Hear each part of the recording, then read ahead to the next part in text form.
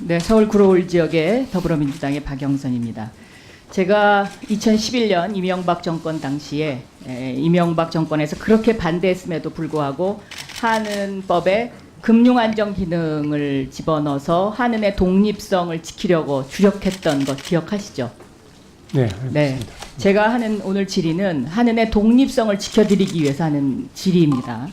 자, 먼저 앨런 그린스펀 얘기를 좀 보겠습니다.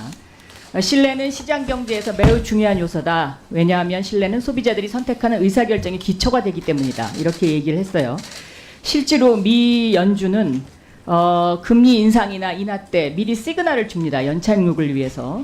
자, 버냉키가 2008년 2월 27일 날 미 하원에서 연준은 미국의 경기 하락 위험을 방어하기 위해서 시의적절한 행동에 나설 거다. 이렇게 얘기하고 한 달 뒤, 약 한 달 뒤 0.75%를 인하해요. 자, 제닛 앨런 2016년 11월 17일 날 미 상하원 합동 경제위원회에 출석을 해서 기준금리 인상이 비교적 이른 시점에 이루어질 수 있으며 금리 인상의 근거가 강해지고 있다. 이렇게 얘기하고 또 약 한 달 뒤에 0.25%를 인상하거든요. 계속 그럽니다. 제넷 앨런이 기준금리 추가 조정이 적절하다고 본다. 그리고 한 달 뒤에 인상하고 또 2017년에도 3% 수준까지 점진적으로 올리는 게 적절하다라고 발언한 다음에 또 인상을 합니다. 그런데 우리 이제 한은 총재님이 지금 왜 이게 문제가 되냐면 2014년 7월 16일 날 한경 밀레니엄 포럼에 참석을 하셔요. 이때 이제 취임하시고 얼마 안 됐을 때예요. 이때는 금리 인하 효과에 대해서 굉장히 부정적으로 말씀을 하셔요. 가계부채 때문에 이게 상당히 힘들다. 그래서 시장에 시그널이 가요. 아, 금리 인하하는 게 부정적이다. 그리고 모든 전문가들이 이 당시에 금리 인하 상당히 위험하다라고 얘기를 했죠. 그러다가 갑자기 7월 16일 날 그렇게 부정적으로 말씀을 하시고서 8월 14일 날 금리를 인하합니다. 거꾸로 가는 거예요. 한은에서 한 달 만에 의견을 바꾼 거죠. 그리고 2014년 10월 15일 날 두 달 만에 또 추가 인하를 해요. 그러니까 다 시장이 놀라고 전부 의아하게 생각했어요. 그러면서 이제 특정 언론이 뭐라고 보도를 하냐면 최경환 부총리와 척하면 척이다.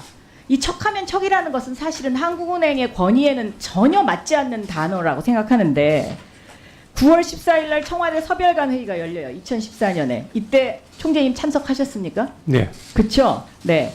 그리고 나서 21일 날 호주에서 와인 회동하고 척하면 척하고 2014년 10월부터 2015년 6월까지 8개월을 거쳐서 3차례나 금리를 인하하거든요. 이게 굉장히 인위적이었던 거죠. 그래서 제가 이거 정말 이상하다라고 그때부터 생각을 했었어요. 안종범 수첩을 보면은요. 수도 없이 언급이 됩니다. 2014년 7월 10일부터 LTV, DTI 결국은 부동산 시장을 인위적으로 부양하기 위한 거죠. 이제 부양하기 위해서. 자, 15일 날도 그 LTD, DTI 계속 언급이 돼요.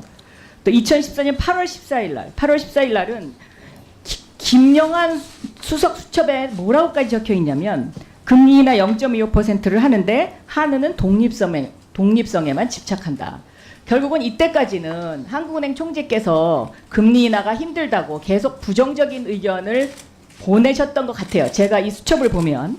그리고 8월 14일 날 이렇게 얘기하고 실질적으로 하루 뒤에 금리를 인하를 하거든요. 자, 2015년 5월 24일 날도 한은 총재 성장률 저하, 재정 역할, 금리 인하 계속 써 있어요. 4월 27일, 또 4월 29일, 30일 전부 하는 얘기예요. 그러니까 얼마만큼 지난 박근혜 정권에서 금리 인하를 통해서 양적 완화를 해서 부동산을 인위적으로 부양했는지를 볼 수 있는 이게 기록들입니다. 근데 여기서 한은 총재님께서 한은의 독립성을 지키고 한은의 권위와 신뢰를 지키기 위해서 버티셨어야 되는데 버티지를 못한 거죠. 그게 무너져 버린 거예요. 예를 들면요. 이 한은의 지금 금통위원님들 나와 계시는데 금통위원 박근혜 정부 당시에 임명됐던 금통위원님들의 대부분이 다 안종범 수석이나 최경환 총리의 인맥들이에요. KDI 출신이 무려 3명이나 있고요. 이렇게 편향적으로 이제 임명이 되기 시작하면서 한은이 계속해서 금리를 내리게 되는 거죠. 그러니까 제가 여기서 지금 하고 싶은 얘기는 뭐냐면 이 금통위원 얘기는 이따 추가 오후 질의에 제가 다시 하겠습니다. 자, 버냉키가 뭐라고 했냐면요. 이렇게 얘기를 합니다. 자, 그 버냉키 찾아주세요. 집권 세력은 앨런 그린스펀, 버냉키가 아니고 앨런 그린스펀 화면. 네, 집권 세력은 인기를 의식해서 경제 성장률을 올리기 위해서 이자율을 계속 낮춰달라고 끊임없이 요구한다.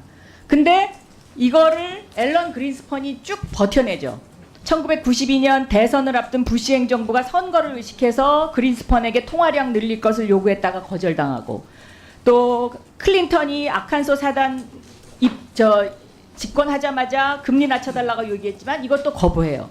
1999년에 대선을 앞둔 클린턴 대통령이 또 성장률 높이기 위해서 통화량 늘려달라고 부탁했지만 결국은 거부하고 이러한 어떤 정권의 반대 여론을 뚫고 과감한 인플레 억제와 거품 제거에 나서거든요.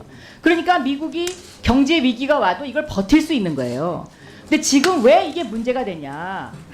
한은이 2014년 15년에 버텨줬어야 되는 거거든요. 버텨주고 그 당시에 한국 경제의 구조조정, 좀비 기업 청산 이거를 했었어야 되는 겁니다. 그런데 그 시기를 놓쳐버렸어요. 그 시기를 놓쳐버리고 지금까지 쭉 밀려오면서 부동산 시장이 지금 이렇게 지금 난리가 나고 하니까 다시 이 정부는 이것을 조일 수밖에 없는 상황이 된 거죠. 실질적으로 경제 성장률은 점점 잠재 성장률이 지금 낮아질 수밖에 없는데 왜? 3만 불의 어떤 그 깔딱고개에 지금 딱 걸려 있거든요. 그러니까 저성장 기조로 가는 그 깔딱고개에 걸려요. 그래서 이게 지금 하느니 금리가 이게 문제가 된다. 그게 그 점이 아쉬운 겁니다. 자, 답변하시죠. 네.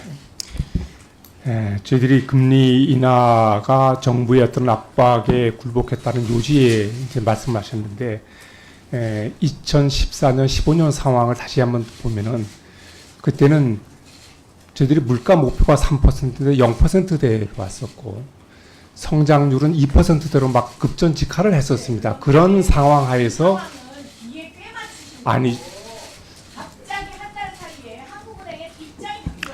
한 달 사이에 바뀐 건 제가 좀 설명을 드리겠습니다. 네. 밀레니엄 환경 포럼에 갔을 때는 참석자들이 그때만 해도 한국은행이 왜 과감하게 금리를 못 낮추냐고 하는 그런 비판이 일색이었습니다. 그래서 왜 당신들은 금리 인하했을 때 다른 부작용을 왜 고려하지 않느냐.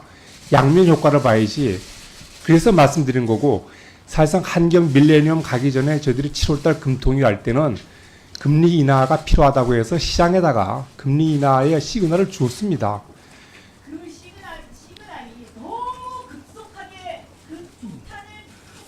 예, 이제 질의 정리해 주시고요. 네. 예, 총재 간단히 답변하시고 나중 추가 질의하시죠. 네, 예.